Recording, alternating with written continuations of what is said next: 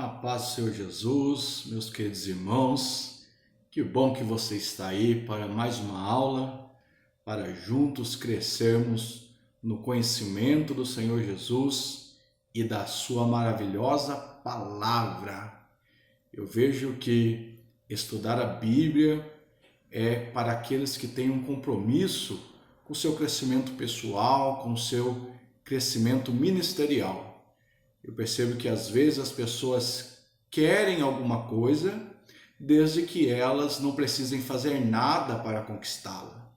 Todos querem, conhecer a Bíblia, os textos bíblicos, mas nem todos querem dedicar horas de estudo, de leitura, assistindo os vídeos. Então eles querem, mas não querem fazer esforço para alcançar. Por isso eu digo que às vezes as pessoas vai ter um tempo em que vão almejar aquilo que você tem, mas vão desistir ao saber o preço que você pagou. Então eu convido você mais uma vez a sofrer as dores do crescimento, porque sem dor não há crescimento. Sabe quando aquela criança tem uma dor e a mãe não sabe exatamente o que é, e ela diz para o filho: não, é porque você está crescendo. São as dores do crescimento.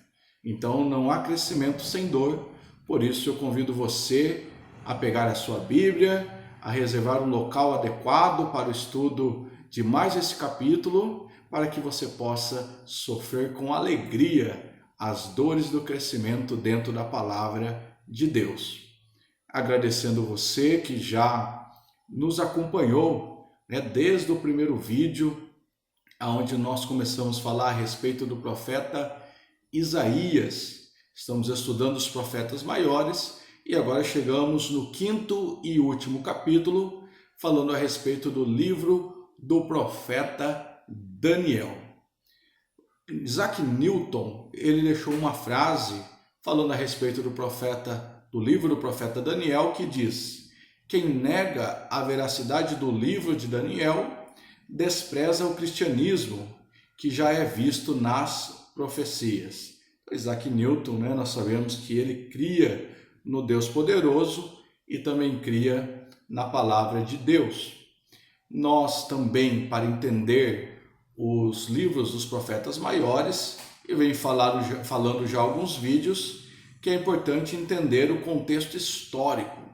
Por isso nós entendemos que Daniel, ele vive um tempo de muita transição, de muita mudança. Por quê? Porque o grande império, que é o império inclusive que derrotou o reino do norte de Israel, era o império chamado Império Assírio. E é ele que vem com grande poder, com grande força, dominando durante 300 anos, em uma região chamada Crescente Fértil.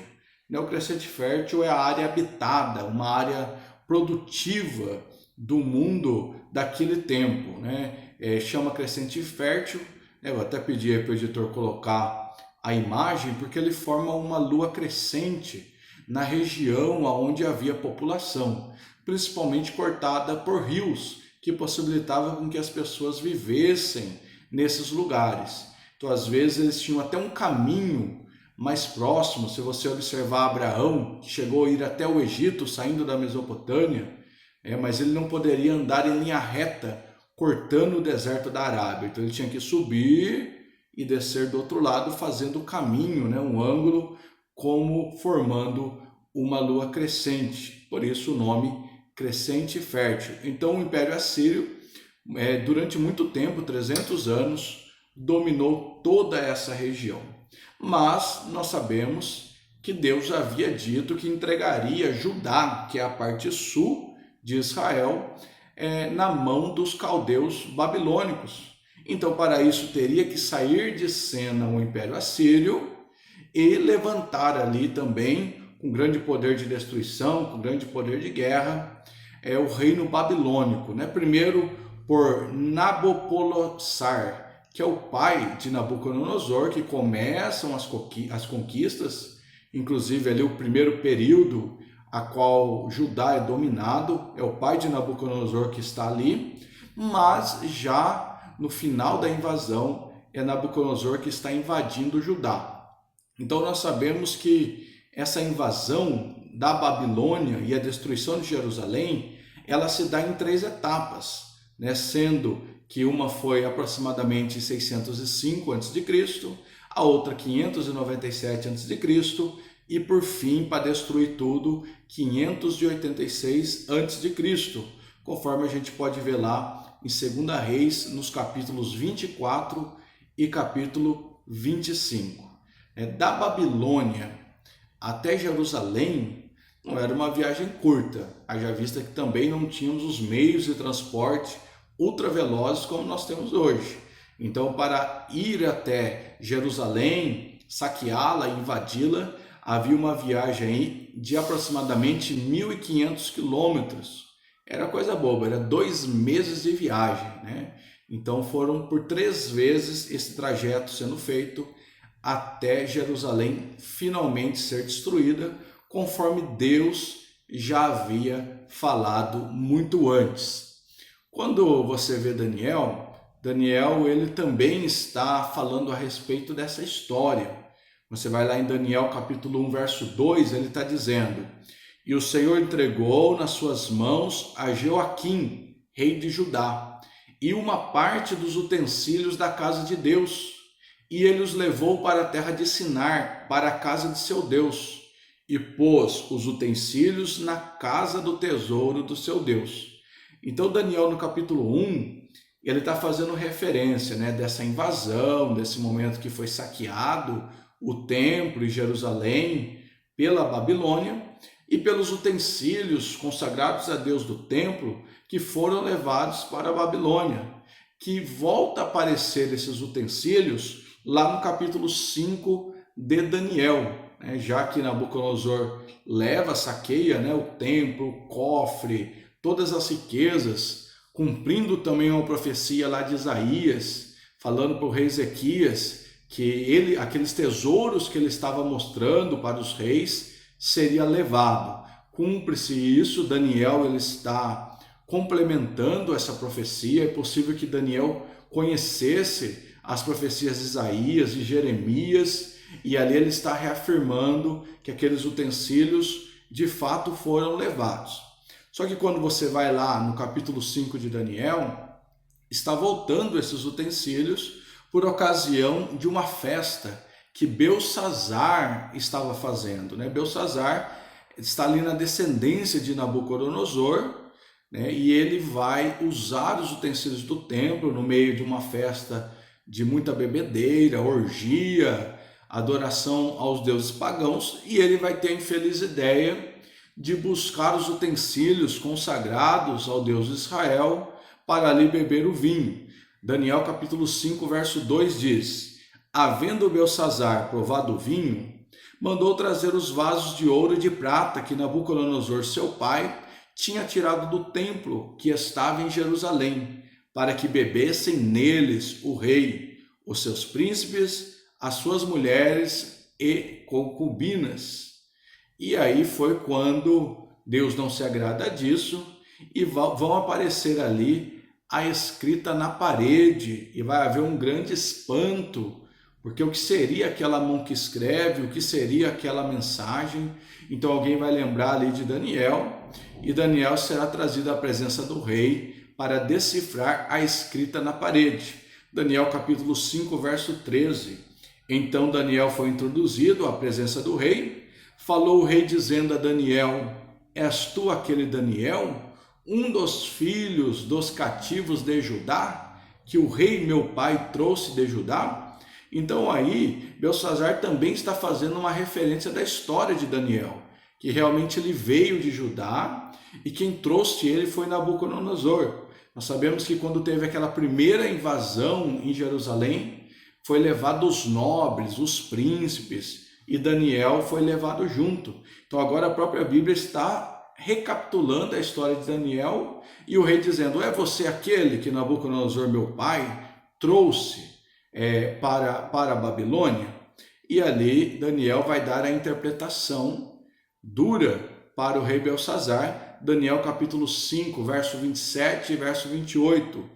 "Tekel, pesado foste na balança e foste achado em falta. Pérez, dividido foi o teu reino e dado aos medos e aos persas. Esse texto é muito importante, porque ele também é o cumprimento da profecia que vem desde Esdras, Isaías, que cumpre-se o tempo do cativeiro. Então Daniel, ele é um profeta que vive no cativeiro e ele vai ver o período de transição dos reinos, né? Caiu a Síria, veio a Babilônia, mas agora vai cair a Babilônia e vai aparecer um outro império chamado Medo-Persa. Daniel capítulo 5, 30 a 31. Naquela noite foi morto Belsazar, rei dos caldeus, e Dario, o Medo, ocupou o reino, sendo da idade de 72 anos. Então, a profecia que o povo de Israel seria liberto após 70 anos, ele começa a se cumprir por meio da queda da Babilônia. Tá? A escrita da parede, tem aí um slide aí, escrita da mão na parede. E tem os caracteres aí que descrevem, né, as palavras Peres, Tekel, Mené e Mené. E aí alguns estudiosos vão apontar, né, que essas palavras querem dizer divisões, peso e número. Então a tradução seria mais ou menos assim, ó, que nem Mené, conta, é número. Então ele interpreta, contou, né, Mené conta, contou Deus o número de dias do teu reinado e resolveu dar cabo dele. Tekel, que seria peso, medida. Então Daniel interpretou, pesado fosses e achado em débito. E Peres, né, divisão, parte, dividido foi o teu reino e dado aos medos e aos persas. Então Daniel, no tempo que ele vive no cativeiro babilônico, ele passa pelo reinado de alguns reis. Então ele começa ali com Nabucodonosor, quando ele é levado, e ele vai passar por Belsazar, que é esse rei que está naquela festa, a qual vai ser invadido o palácio, vai ser morto Belsazar naquela noite, e ali Deus vai permitir que o reino Medo-Persa recupere o poder, ou melhor, tome o poder e faça ali um grande império prevalecer, tão grande quanto o da Babilônia. Belsazar, há uma dúvida aí, cada um fala uma coisa, né, que ele seria neto de Nabucodonosor, e quando ele fala meu pai, na verdade ele fala da descendência de Nabucodonosor. Aí existe muita coisa que você pode aprofundar, que talvez ele seria o terceiro no reino, mas que o segundo estaria viajando na noite dessa orgia, né, na noite que ele resolveu dessa festa. Né, um outro comandante, que seria o rei principal, não estaria ali, né, estaria recluso em outro lugar da Babilônia, e ele é que estaria reinando naquele momento no palácio, mas certo é que ele vai morrer naquela noite, né, onde ali Daniel possivelmente já não era um garotinho, já tinha uma certa idade, vai profetizar a interpretação dos sonhos e automaticamente na mesma noite vai se cumprir a palavra de Deus. Vai cair Belsazar, vai cair o reino da Babilônia.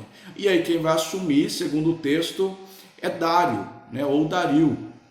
E aí é uma dúvida também histórica.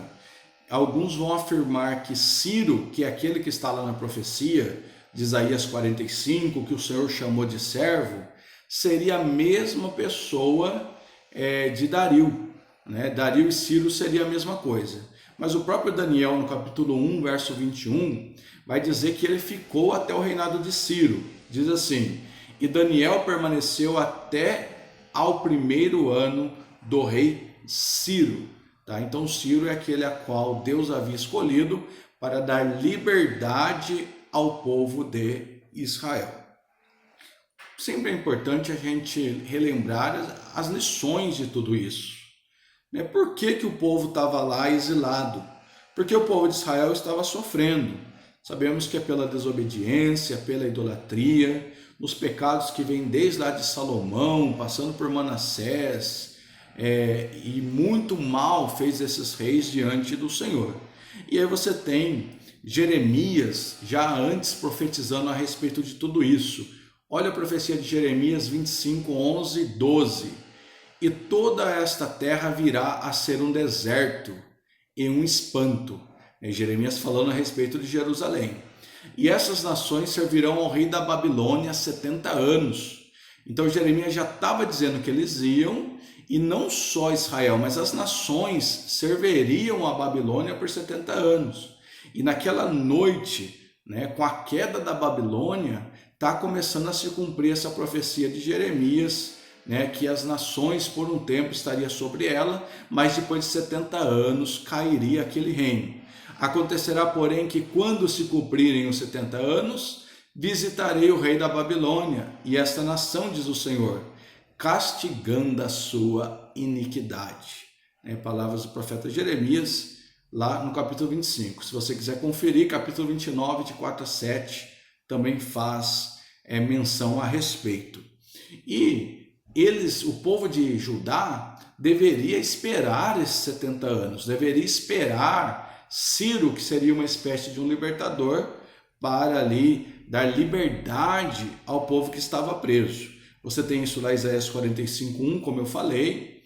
Esdras, capítulo 1, também vai falar disso. Esdras 1 e 1 diz: no primeiro ano de Ciro, rei da Pérsia, para que se cumprisse a palavra do Senhor pela boca de Jeremias, despertou o Senhor o espírito de Ciro, rei da Pérsia. Esdras 1:8. Este tirou Ciro, rei da Pérsia, pela mão de Mitradate, o tesoureiro, que os entregou contados a Sesbazar, príncipe de Judá. Então, Esdras, logo no capítulo 1, ele vai descrever como que foi essa liberdade, essa libertação dada por meio do decreto de Ciro, e Ciro reconhecendo que eles deveriam voltar, que as pessoas deveriam ajudar, colaborar com a reconstrução do templo e por consequência de Jerusalém, para que o Deus de Israel voltasse a ser adorado. Então, por meio de Dário e Ciro caiu a grande Babilônia. E é muito interessante a forma que acontece isso, porque eles estavam nessa festa, conforme eu já falei, e a Babilônia não era um pequeno reino, não, havia ali pelo menos, ali na sua capital, pelo menos 1 milhão de habitantes, e era uma cidade muito bela. Haviam ali jardins suspensos nos lados da cidade, em volta das muralhas da cidade, havia ali um canal que vinha das águas do rio Tigre e do rio Eufrates. Então era assim considerado uma das maravilhas do mundo antigo, do esplendor, da beleza, da riqueza do reino babilônico. E os medo-persas, quando foram invadir ali a Babilônia, a história conta que eles vão fazer que a água desse canal, elas se baixam, eles vão desviar a água, vai baixar a água desse canal e eles vão atacar lá Belsazar de surpresa. Eles não esperavam, era uma cidade muito fortificada, com muita torre de vigília, mas eles usam ali vem por onde não se pensava, vem pelas águas do canal, a água baixou, ninguém percebeu, e aí foi presa fácil, e assim caiu a grande Babilônia. A Babilônia, que já é derivado lá de Babel, do tempo de Nimrod, a cidade do pecado, uma cidade de muita bruxaria, um lugar de adoração pagã. Eles adoravam lá Marduk, que também é chamado de Bel. Bel quer dizer Senhor. Tinha espalhado lá 53 templos de adoração a Marduk, mais 955 pequenos santuários, e espalhado pela cidade 384 altares de rua. Aí havia ali uma torre principal, no templo principal, no meio da cidade, que era o templo principal de adoração de Marduk, e ali, segundo estudos, esse templo foi edificado exatamente no local onde anteriormente estava a Torre de Babel. Você vai ter a Babilônia, Babel, falado em Gênesis, falado nos profetas e também falado lá no Apocalipse, como referência de pecado, abominação e oposição ao Deus de Israel. Por isso tem um texto lá de Isaías, que fala de Bel, fala de Marduk, ele tombando. Isaías 46:1 diz: Bel está abatido, Nebo, que é outro deus, se encurvou, os seus ídolos são postos sobre os animais e sobre as feras. As cargas dos vossos fardos são canseiras para as feras já cansadas. Então Isaías também já havia profetizado a queda desse templo e a queda desses deuses pagãos. Se você tem em mãos aí o nosso material, os slides com o resumo da aula que sempre eu envio, nos slides eu coloquei um documentário complementar, que uma duração é de 20 e poucos minutos, com o título A Queda da Babilônia. Então você pode dar um clique aí no seu PDF, no seu slide, e ele vai colocar você num documentário que vai complementar essa história que agora eu acabei de narrar para vocês. Tá? Falando de Daniel, Daniel era um servo de Deus em terra estranha.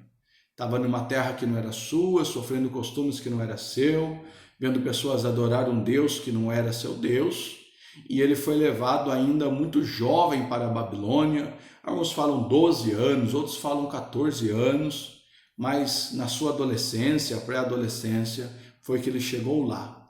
Mas, por ser um garoto judeu, possivelmente foi educado na lei do Senhor, já desde muito cedo eles falavam a respeito da lei, precisavam decorar a lei, e Daniel tinha gravado ali nas tábuas do seu coração o temor ao Deus de Israel. Então ele consegue estar em uma terra estranha sem se contaminar com essa terra. E Deus, por isso, pela sua fidelidade, vai exaltá-lo.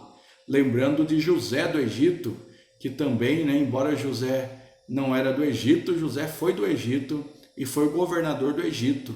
Devido à sua fidelidade, Deus entregou aquela nação na mão de José. O mesmo vai acontecer em Daniel, que vai ser o terceiro em autoridade dentro ali do reino babilônico e dentro dos outros reinos, Medo-Persa, vai ser alguém diferenciado devido a essa intimidade, esse temor, esse relacionamento que ele tinha com Deus. Eu estou certo que a nossa intimidade com Deus vai fazer diferença em todos os aspectos da nossa vida, seja trabalho, seja familiar, dentro da igreja. Quanto mais próximo de Deus, mais possibilidade de sucesso.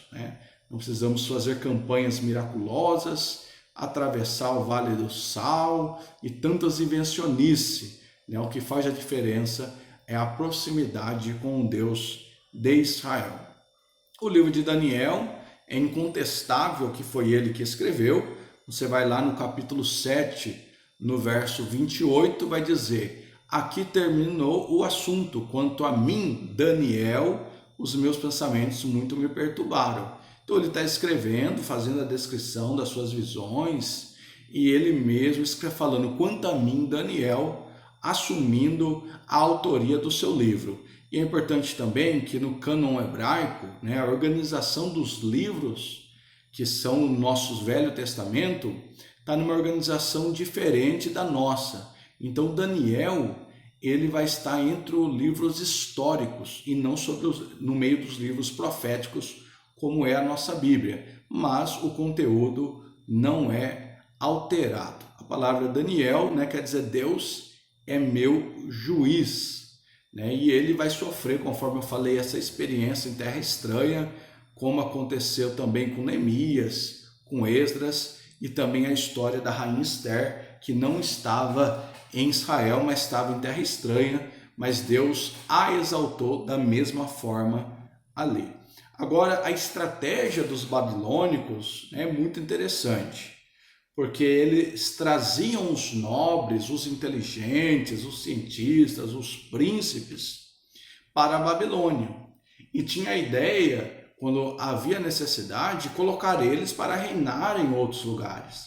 Mas eles tinham que passar por um processo para perder a identidade de Israel, do povo hebreu. Então eles começam a fazer com esses jovens, não só com Daniel, mas também com os seus amigos, um processo de alteração da sua identidade. Então várias coisas vão começar a acontecer, como por exemplo a alteração do nome deles. O próprio Daniel é mudado para Beltesazar, que quer dizer príncipe favorito de Bel. Você viu que eu acabei de falar de Bel, de Marduk, e aí o nome de Daniel é alterado. Quando altera o nome, está querendo alterar a religião. Antes você adorava, né? Jeová era o juiz de Daniel, mas agora está dizendo que o príncipe, ele é o príncipe favorito de Bel. Então isso é a quebra da identidade das pessoas que vinham de outras, de forma que eles formariam ali uma identidade babilônica.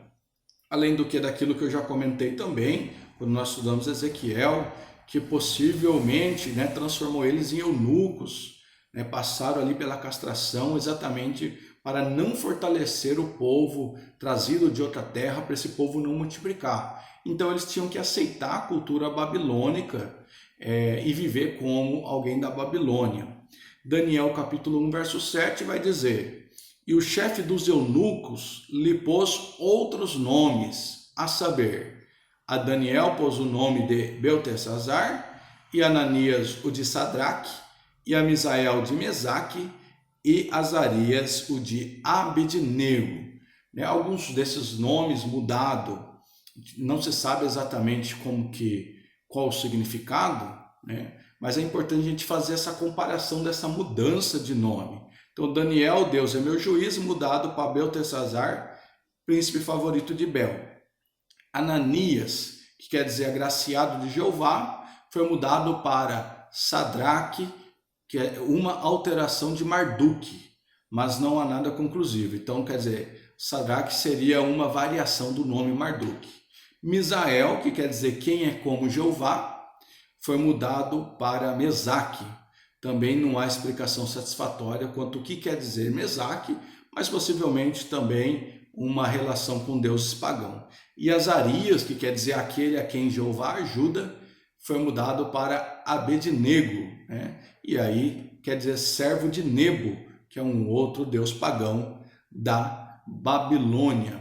O capítulo 1 de Daniel é o capítulo onde Daniel vai apresentar a sua biografia, vai falar a respeito do cativeiro, e em tudo, ali vai mostrar também no capítulo 1 que em tudo Daniel ele era superior aos demais junto com os seus amigos. Vai dizer ali que ele foi encontrado 10 vezes mais sábio do que os demais. Ali vai mostrar também, né, que ele rejeita os manjares do rei. Então, o capítulo 1 de Daniel conta uma parte histórica e também mostra o comportamento de Daniel e dos seus amigos. Qual que seria o perfil deles, né? Jovens sem defeito, bonitos, né, de boa aparência, instruídos em toda a sabedoria, né? Possivelmente também mudou até o idioma deles, que antes eles falavam hebraico, na Babilônia passaram a falar o aramaico, né, que não é muito diferente, mas tem uma diferença. Parte do livro de Daniel foi escrito inclusive em aramaico.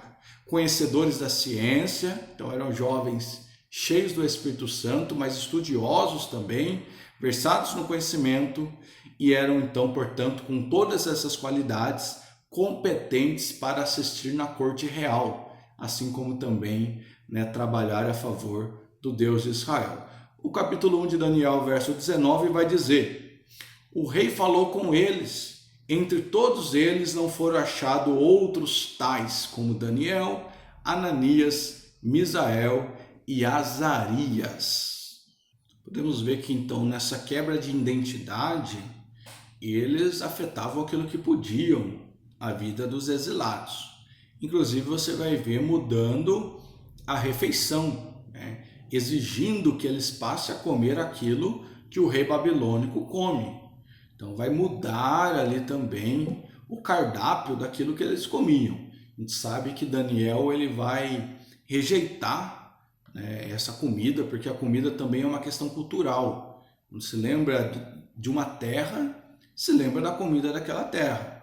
Quem viaja para longe sente saudade da comida do seu local de origem. Então mudar a refeição também era uma maneira de quebrar a identidade de Daniel com a relação dele com Jerusalém, com o reino hebreu. Tá? Além do que, Daniel ele não queria provar, né? Ele vai negociar ali com o eunuco, vai dizer não, depois você vai ver que nós vamos ficar melhor do que os outros e tal, mas tem uma relação com o temor de Deus, sobre a vida de Daniel ele rejeitar os manjares do rei. O vinho era bom, a carne era boa, saborosa, vistosa aos olhos, mas por que é que ele não aceita, né? Porque também na Babilônia era muito comum a carne de porco.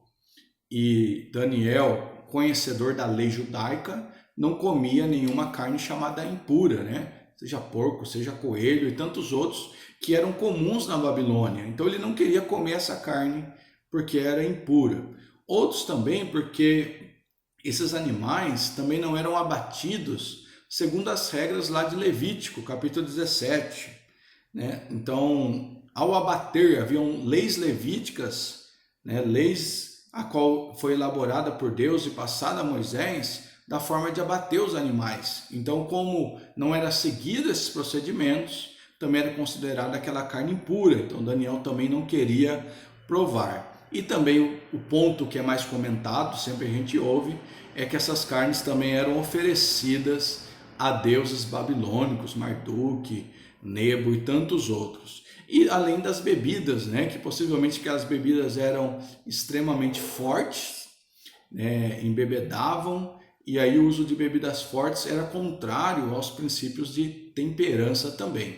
Daniel capítulo 1, verso 20 vai dizer: e em toda a matéria de sabedoria e de discernimento, sobre o que o rei lhe perguntou, os achou 10 vezes mais doutos do que todos os magos, astrólogos que havia em todo o reino. Então essa santificação, essa separação das coisas da Babilônia, Daniel guardou o seu coração, fez ele próspero e abençoado. Falando um pouco do capítulo 2 até o capítulo 7, o livro vai apresentar uma série de histórias inteligentes, bonitas, muito pregada, bacana de fazer uma boa leitura, né? E é importante dizer que a partir do capítulo 2, verso 4, parte B, originalmente Daniel passa a escrever agora em aramaico e não mais em hebraico. Lá no final do livro ele volta a escrever em hebraico, tá? Então esses capítulos tratam dos destinos das nações, visões, sonhos interpretados por Daniel. E lá no capítulo 2 tem a famosa história, a estátua de ouro, de prata, de bronze, daquele sonho que Nabucodonosor teve, né? Então ele teve o sonho, ficou perturbado, e ele chama ali os astrólogos, os magos, para que decifrem, mas ele não quer contar o sonho. Veja só como o desafio era terrível, né? Porque não era só interpretar o sonho, mas também era, de fato, falar qual era o sonho, e quem falasse o sonho tinha capacidade de interpretar. Essa questão de sonho, né, ela é bastante relativa também, né? Devemos entender, irmãos, que nem tudo que nós sonhamos são visões e revelação de Deus. Mas essa visão, esse sonho que Nabucodonosor teve, mesmo sem ser um crente, mostrando que Deus pode mostrar o que Ele quer para quem Ele quer, mexeu com ele. Não era um sonho que ele simplesmente depois esqueceu ou lembrou de pedaços, é algo que veio do céu e perturbou ele. Então ele perguntando aos magos e ninguém conseguindo decifrar o que ele tinha sonhado, então ele quer matar os magos, os astrólogos, né, tirano como esses reis eram. Então isso vai chegar aos ouvidos de Daniel, e Daniel vai dar um jeito ali de ser inserido na presença do rei, e ali ele vai poder decifrar aquilo que o rei sonhou. Daniel capítulo 2, verso 31 vai dizer: tu, ó rei, estavas vendo, e eis aqui uma grande estátua, essa estátua que era imensa, cujo esplendor era excelente, e estava em pé diante de ti, e a sua aparência era terrível. E ele vai dizer ali o sonho, né? Que parte dessa estátua, a cabeça era de ouro, o peito era de prata, os quadris eram de bronze, as pernas de ferro, os pés de ferro e barro. E ele vai descrever também uma pedra que veio do céu e espedaçou aquela estátua. E ele vai dar, junto com o sonho, a interpretação. E ali começa a profundidade das revelações, né, que Deus dava ali a Daniel. Que interpretação magnífica. Ele vai dizer: ó rei, a cabeça de ouro que viste é o próprio rei, né? E ele vai prosseguir dizendo que após esse rei, o reino babilônico, viria o outro rei. Então a cabeça da estátua de ouro era a Babilônia, pois viria um outro reinado que seria de prata. E aí ele já está falando dos Medo-Persa, que nós acabamos de citar lá do capítulo 5 de Daniel. O reino babilônico iria acabar e viria um reino de prata. Depois viria um reino, né, que os quadris eram de bronze, falando a respeito da Grécia. Né? Se você tem nosso material, tem um comentário a respeito de Alexandre o Grande. Embora esse reino grego, né, ele tenha tido muita influência no mundo, a Bíblia não fala muito dela, porque a Bíblia se cala quando você tem o reino Medo-Persa, e quando volta no Novo Testamento com Jesus, já está no Império Romano. Mas o Império Grego fez uma preparação para a vinda de Jesus. Né? Quando Jesus vem, ele vem debaixo da cultura grega. Né? Então, o próprio idioma é o grego. Em outra aula a gente vai detalhar melhor da importância do Império Grego. Mas que seria o bronze, né? Ali capitaneado pelo Alexandre o Grande, que está aí nas páginas da história, ilustram aí belíssimos filmes. Mas também o reino grego, esse império cairia, e depois viria aquela que as pernas eram de ferro e os pés de ferro e barro, falando a respeito de Roma, que é o império da época de Jesus, o Império Romano, que subjugava ali o povo de Israel no tempo de Jesus. Né? E falando também de uma divisão, que o império vai se enfraquecendo e desde então não tem outro império, ninguém, né? É o sonho de vários governantes, vários imperadores passou ao longo da história, o sonho deles é dominar o mundo, estabelecer reinos como esses que passaram, mas desde o Império Romano ali, nos primeiros séculos depois de Cristo, se dividiu e acabou ali o Império Romano. E aí fica a interpretação da pedra, que a pedra vem e despedaça a estátua. E aí não precisa, né, de muito para nós sabermos quem é a pedra, quem é a rocha e quem é aquele que é maior do que todos os reinos, a saber, o nosso Mestre Jesus Cristo, Filho de Deus. Essa visão de Daniel, do capítulo 2, é mais ou menos a mesma visão lá do capítulo 7. Então, se você quiser dar uma pausada, fazer a leitura do capítulo 7, só que ao invés da estátua agora, ele vai falar com animais, fica um pouquinho mais difícil de entender, mas ele vai ter lá a visão de um leão, né, que seria a Babilônia, um urso, que seria ali o Medo-Persa, o leopardo, que seria a Grécia, Roma, que seria um animal terrível, né, e aí você tem os anciões de dia, que é o juiz investigativo, o Filho do Homem, e a volta de Jesus e o tempo do fim. Então são profecias para o futuro que começam a aparecer ali nas visões de Daniel, e você pode entender que esses animais são esses reinos, né, pelas características, né, de crescimento, e você pode e deve, né, pesquisar ainda mais referente a isso. Nós temos uma imagem que mostra o paralelo entre Daniel 2 e Daniel 7. Então ali você tem a estátua e o animal, e a referência de um animal e outro. É claro que algumas interpretações, né, nem sempre casam uma com as outras, somente quando fala ali da parte final da estátua, da parte de ferro e barro, pode haver ali uma oscilação entre um e outro, de uma interpretação de uma escola para outra escola, mas são assuntos que nós vamos detalhar melhor na escatologia. Nós estamos aqui muito falando a respeito da parte histórica do livro de Daniel. E falar em história, nós temos a história maravilhosa do capítulo 3, né, da estátua feita por Nabucodonosor, estátua essa que deveria ser adorada quando os músicos tocarem os seus instrumentos, né, um rei cheio de vanglória, né, vaidoso, faz aquilo lá para exaltar, né, ali o seu reino, a si mesmo, os seus ídolos pagãos, e nós sabemos que os 3 amigos de Daniel não vão dobrar o seu joelho, né? Imagina só a cena, quando troca os instrumentos, todo mundo abaixa, mas fica 3 rapazes lá de pé, dizendo, esse joelhinho aqui não se dobra diante de estátua, não. Só se dobra diante do Deus que criou o céu e a terra. E aí nós vamos ver o desfecho tão maravilhoso, né? Até alguns entendendo que o quarto homem lá da fornalha seria Cristo ali se manifestando, pré-encarnado, para livrar aquele jovem, e houve ali um grande reboliço diante do milagre que Deus operou, porque a fornalha não conseguiu consumi-los. Se você tem o nosso material em mão, sugiro que você dê uma lida lá na página 131, que tem ali um comentário muito importante, muito bacana a respeito da passagem aí da estátua de Nabucodonosor. Lá no capítulo 4 de Daniel, também tem algo muito interessante, que é um capítulo escrito pelo próprio Nabucodonosor, que é aquela parte da árvore cortada, uma interpretação ali que Deus derrubaria Nabucodonosor. E o próprio Nabucodonosor, no capítulo 4, tem que reconhecer, né, o Deus de Israel como o grande Deus.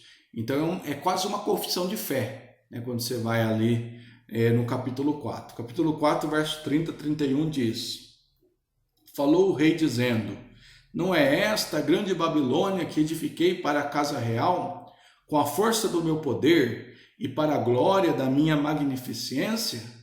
Ainda estava a palavra na boca do rei quando caiu uma voz do céu. A ti se diz: Ó rei Nabucodonosor, passou de ti o reino. E ali foi tomado o reino, e ele passou a viver como os animais, no campo. A lua era o seu teto, comia capim, almoço, janta, cresceu-se as unhas, e ali muitos dizem que é daí que sai o mito do lobisomem, né? Nabucodonosor seria o primeiro lobisomem que apareceu aí na história, porque ele teria parecido como um homem, né? Ficou jogado ali no meio dos animais, ficou com uma aparência terrível, parecendo um lobisomem, até que ele reconheceu o Deus de Israel e foi restabelecido. A soberba, ela procede à queda, não tenha dúvida disso, né? A pessoa pode saber muito, a pessoa pode ser muito bonita, a pessoa pode ser muito inteligente, mas se ela é soberba, haverá rejeição. Aprendemos de Jesus, né, que é humilde e que é manso, né? Devemos buscar essa simplicidade de Jesus, porque às vezes as pessoas têm condições, têm potencial, têm capacidade, mas não conseguem ser humilde, não conseguem reconhecer os outros. A Bíblia vai dizer que nós devemos ter as pessoas como superiores a nós e não devemos cuidar só das nossas coisas, mas cuidar das coisas dos outros como se fosse nossa. Tudo isso são princípios de humildade.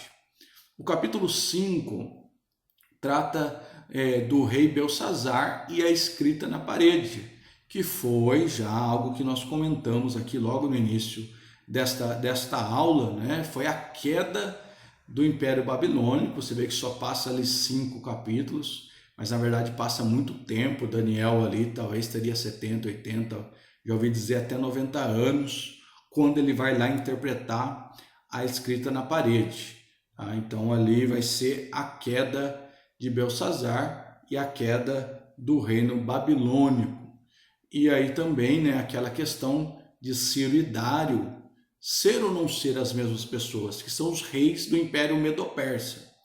Quem diz que Ciro e Dário são pessoas diferentes é baseado lá em Daniel capítulo 6, verso 28, que diz assim: Daniel, pois, prosperou no reinado de Dário e no reinado de Ciro o Persa. Lendo essa tradução, dá a entender que são dois reis de fato. Mas muitos estudiosos entendem que a tradução correta não seria essa, que deveria ser entendida da seguinte maneira essa tradução: Daniel, pois, prosperou no reinado de Dário, a saber, no reinado de Ciro o Persa. Com isso, o escritor talvez estivesse explicando o uso de fontes que davam dois nomes para a mesma pessoa. E você vê que na própria história de Israel, não era incomum as pessoas terem dois nomes, né? Na própria história, a própria Bíblia trata a mesma pessoa por dois nomes, né? Por exemplo, Paulo Saulo, né? Pedro, Simão, Cefas, você vê que é algo comum, então há uma forte possibilidade de ser o mesmo rei. Sendo ou não, né, não importa tanto, o importante é que se cumpriu a profecia, que esse rei que veio após Nabucodonosor, depois de 70 anos de cativeiro, deu o decreto e o povo voltou para a terra. E o capítulo 6 de Daniel é um capítulo maravilhoso, muito pregado. Quantos de nós já não nos emocionamos e fomos edificados com o capítulo 6? Daniel na cova dos leões. Que criança que não gosta de ouvir a respeito dessa história? Você vê algo ali interessante, né? O quanto o rei gostava de Daniel, quanto o rei era próximo de Daniel. Parece que o crente fiel ele tem uma facilidade com os seus superiores, né? Quantos crentes, né, eles gerenciam grandes departamentos, grandes empresas, são homens e mulheres de confiança dos seus superiores, certamente pelo seu testemunho, né? O crente fiel ele tem um bom testemunho e vai alcançar esse bom testemunho dos seus superiores. E outro fato interessante nesse texto é que o rei, mesmo gostando de Daniel, acabou concordando com uma lei que vinha contrária a Daniel. Isso também nos abre um alerta, né? Que às vezes a pessoa é boa, mas ela é cercada de pessoas ruins, ela toma conselho de pessoas ruins. Foi o que aconteceu nesse caso. Pessoas que invejavam Daniel fizeram uma trama e colocou o rei numa situação que não poderia revogar, né? Não poderia fazer nenhuma outra petição a não ser ao rei. E aí Daniel, ele não abria mão ali das suas orações diárias, com a janela aberta, com um propósito com Deus, voltado para Jerusalém. Daniel, um homem de oração que não negociou, não ficou com medo, né? Às vezes eu até comento, imagina se saísse uma lei dizendo que não pode orar hoje. Talvez muitos de nós diríamos, opa, eu até queria orar, mas com uma lei está aí eu não posso. Daniel levou seu compromisso acima daquela lei, e aí como não tinham do que acusá-lo, foram achar motivo na sua religião, na sua fé. Isso também pode acontecer conosco. Pessoas não achando no que nos acusar, passa a nos perseguir por causa da nossa fé. E nós sabemos que mesmo hoje existe uma perseguição mais velada, né? Mas o crente fiel, ele sabe e ele sente quando as pessoas nos perseguem simplesmente pela nossa fé. Então ele foi assessorado por pessoas erradas.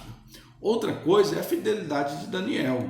Eu sempre comento nesse texto que Daniel não levantou a mãozinha e falou, eu profetizo que os leões vão morrer. Ele também não olhou, Deus, eu sou tão bonzinho, o Senhor vai deixar acontecer isso comigo? Ele não se revoltou contra Deus. Viver ou morrer para ele estava em Deus. Exemplo daquele texto de Paulo, morrer ou viver, ganho e é lucro. E se fosse para ser morto pelos leões, ele seria morto, porque essa seria a vontade absoluta de Deus. Hoje você vê vários grupos querendo mandar em Deus, dar ordem para Deus, esquecendo que somos simplesmente servos. Aquela oração que Deus tem que fazer, senão ele não é Deus, não é oração de servo. Tá? E o capítulo 7, que é uma repetição do capítulo 3, entre o 3 e o 2, que tem a visão lá da estátua, e os animais. Se você quiser mais informações também do capítulo 7, você tiver o nosso material em mãos, corre lá na página 135, 136, que está falando um pouquinho mais desses animais. Não vou detalhar aqui para não alongar nossa aula e não ficar cansativa. Agora, do capítulo 8 ao capítulo 12 é a parte, sem dúvida, mais difícil do livro de Daniel. A exemplo lá de Ezequiel, que os últimos capítulos são mais difíceis, e também Isaías, que os últimos capítulos são bastante escatológicos, e são capítulos que tratam muito a respeito de Israel.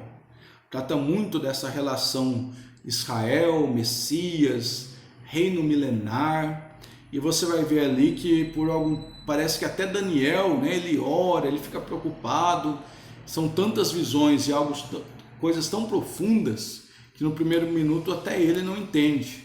Então se você pegar Daniel e essa parte final de 8 a 12, se encaixa muito bem lá com o Apocalipse de João, tamanha profundeza das revelações. Mas tem algumas coisas interessantes que nós vamos destacar, como por exemplo a importância ali do capítulo 9, que é uma chave escatológica. Você só estuda a escatologia, o Apocalipse, com o texto lá do capítulo 9 de Daniel 9:2 diz assim: no primeiro ano do seu reinado, eu, Daniel, entendi pelos livros que o número dos anos que se falara o Senhor ao profeta Jeremias, que haviam de se cumprir as desolações de Jerusalém, era de 70 anos. Então você vê algo interessante aí, que Daniel era alguém cheio do Espírito Santo, interpretava sonhos, tinha visões, era profeta, mas ele também estudava o pergaminho que estava em mãos. Então ele está dizendo que eu entendi pelos livros, ele estava estudando o profeta Jeremias e conseguiu, estudando o texto, entender que o tempo de cativeiro era 70 anos. E haja vista quantos crentes acham que não precisa estudar a Bíblia. O próprio Daniel estudou para que Deus o esclarecesse, chegasse em uma conclusão a respeito de tudo aquilo que ele estava vivendo. Devemos, de fato, seguir o mesmo nível, aí, o mesmo conselho de Daniel. Outro ponto interessante, lá no capítulo 10. Capítulo 10, onde Daniel ele está preocupado com as visões e quer a resposta. E aí você tem aquela batalha, a qual Daniel estava orando por 21 dias, mas a resposta não chegava, mostrando ali principalmente que os demônios, eles estão no que alguns chamam de segundo céu, na atmosfera, e entre o céu onde está o trono de Deus e os anjos, até a terra, existe uma atmosfera demoníaca, aonde fez ali um cinturão para que a resposta de Daniel não chegasse. Mas Daniel, nos dando mais uma lição, mais um exemplo, insistiu em oração, não teve resposta no primeiro, persistiu nos 21 dias e aí tornou tema de muitas campanhas, de muitos propósitos, os 21 dias aí de Daniel, a respeito dessa passagem que nós temos lá no capítulo 10. Lá no capítulo 12, verso 8 e verso 9, diz assim: eu, pois, ouvi, mas não entendi. O próprio Daniel em dúvida quanto àquilo que ele estava vendo, lá no final do seu livro. Por isso eu disse: Senhor meu, qual será o fim dessas coisas? E ele disse: vai, Daniel, porque essas palavras estão seladas até o tempo do fim. Então, Daniel, ele vai receber uma resposta de Deus, ele vai escrever aquilo que ele viu, aquilo que ele recebeu, estava confuso, e Deus vai dizer: isso não é para o seu tempo não, Daniel, você vai morrer em paz, mas isso vai acontecer em um tempo futuro. E aí por isso que você junta as passagens de Daniel com Apocalipse, com Ezequiel, com as epístolas de Paulo, consideradas escatológicas, para você conseguir fazer ali o tempo da grande tribulação, das chamadas semanas ali de Daniel, das 70 semanas, que é um assunto que, embora nesse módulo ali tem algumas páginas que comentem isso, é um espaço muito pequeno para um assunto tão vasto.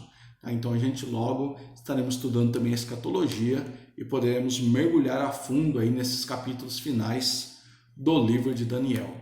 Eu oro a Deus pedindo que, por meio desta aula, você tenha sido de alguma forma edificado e que aquilo que aqui eu falei possa fazer sentido para você, ficar no teu coração, ficar na sua mente, e que possa ser um instrumento poderoso de Deus para você ensinar, pregar a palavra e edificar pessoas. Deus abençoe. Aqui nós encerramos o módulo Profetas Maiores. Obrigado aí pela companhia ao longo dessas 5 aulas. Deus continue abençoando as vossas vidas. Amém.